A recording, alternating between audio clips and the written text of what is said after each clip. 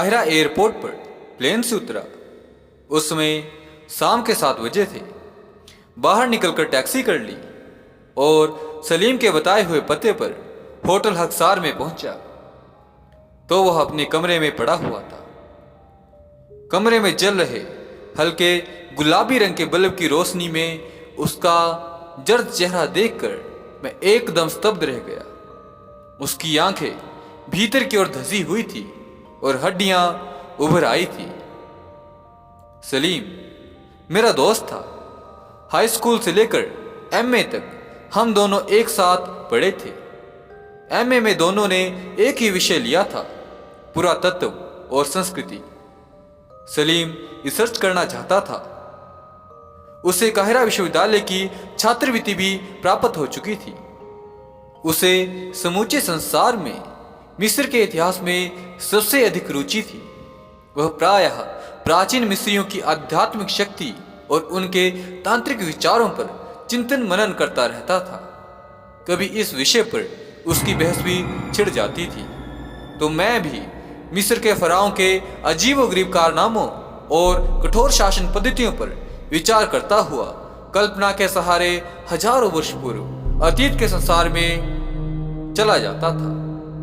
मिस्रियों की आध्यात्मिक शक्ति और तांत्रिक चमत्कार का रहस्य, यही विषय चुना सलीम ने और रिसर्च के लिए रवाना हो गया। प्लेन की सीढ़ियां चढ़ते समय वह यह वादा करके गया था कि वह हर महीने 2 चिट्ठियां अवश्य लिखा करेगा।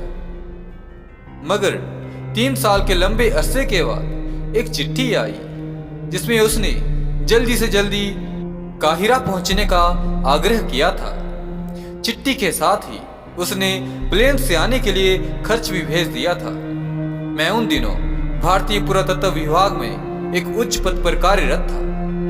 सलीम की चिट्ठी पाते ही मैंने चिट्ठी ली और तुरंत प्लेन से काहिरा के लिए रवाना हो गया। उसके इस आकस्मिक बुलावे के कारण मन में कौतूहल अवश्य था, परंतु यह तो कल्पना भी नहीं थी कि वह इस स्थिति में होगा। मैंने आहिस्ते से उसके पास बैठकर बुलाया, सलीम सलीम। मेरी आवाज सुनकर सलीम की बंद आंखें धीरे धीरे खुली और मेरी ओर घूम गई। मैं एकदम से घबरा गया। सलीम की आंखें सहज कतई नहीं थी। असीम गहराई और शून्यता के साथ साथ उसमें एक विचित्र प्रकार की चमक थी। उसकी आंखों से आंखें मिलते ही मैं सहसा सिहर उठा। सलीम की चमकती आंखों में विचित्र वेशभूषा और शक्ल वाली एक औरत की परछाई साफ दिखलाई दे रही थी। किस औरत की थी यह परछाई, यह समझ ना सका मैं। जब मैंने सलीम से पूछा कि तुम्हारी हालत ऐसी कैसी हो गई, तो उसने कराहते हुए कहा कि अपने बारे में यह सब बतलाने के लिए ही तुमको हिंदुस्तान से यहां बुलाया है, यह समझ लो। सलीम आगे कुछ और बोलता, तभी कमरे में अधेड़ उम्र का दुबला पतला मरियल सा आदमी आया। लगता था जैसे क्षय रोग से ग्रसित हो। उसके पीले आवाहीन चेहरे से मनहूसियत बरस रही थी। फीकी नीरस आंखें तेजी से झपक रही थी और बदरंग बालों पर बेशुमार गर्द जमी हुई थी। उसने सलीम से अरबी भाषा में कुछ बातें की और फिर बिना रुके तुरंत कमरे से बाहर चला गया। बाद में मालूम हुआ कि उसका नाम नूत था।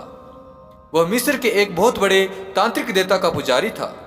नूत के चले जाने के बाद सलीम बिस्तर से उठकर धीरे धीरे चलता हुआ कमरे के कोने में रखी एक बड़ी सी अलमारी के करीब पहुंच गया। आहिस्ते से अलमारी खोलकर उसने एक मूर्ति निकाली। लगभग 1 फुट लंबी वह मूर्ति स्फटिक जैसे चमकीले पत्थर की बनी थी। किसी निर्वस्त्र स्त्री की थी वह मूर्ति। उसके कंधों के करीब 2 पंख फैले हुए थे। उस मूर्ति को मैंने करीब से देखा तो चौंक पड़ा। कुछ समय पहले बिल्कुल वही शक्ल मैंने सलीम की आंखों में देखी थी। सलीम ने उस मूर्ति को मेरे हाथों में देते हुए कहा, पिछले 3 सालों से मेरी जिंदगी इसी बुत के साथ जुड़ी हुई है। शर्मा जी, पता नहीं इससे मेरा कब पीछा छूटेगा। इतना कहकर उसने लंबी सांस ली। थोड़ा रुककर फिर बोला, काश मैं यहाँ आया ना होता और मिस्री तंत्र मंत्र के चमत्कारों और उनसे संबंधित देवी देवताओं के चक्कर में ना पड़ा होता, तो आज मेरी यह दुर्दशा ना होती। जिस बुत को तुम देख रहे हो, यह करीब 1000 साल पुरानी अस्सार नामक तांत्रिक देवी का बुत है। मगर उस तांत्रिक देवी की आत्मा से इसका संबंध पिछले 1000 साल से जुड़ा है। मैं अगर इस रहस्य को जानता होता तो कभी इस बुत के चक्कर में ना पड़ता। मैंने इस बुत को अपने से अलग करने की लाख कोशिश की, लेकिन नाकामयाब रहा। दूसरे दिन सवेरे सलीम मुझे एक मकान में ले गया जिसे उसने काफी लंबे अरसे से किराए पर लेके रखा था। वह मकान शहर से बिल्कुल बाहर सुनसान जगह पर था और खजूर का जंगल था और काफी पीछे दूर तक फैली हुई घाटी थी।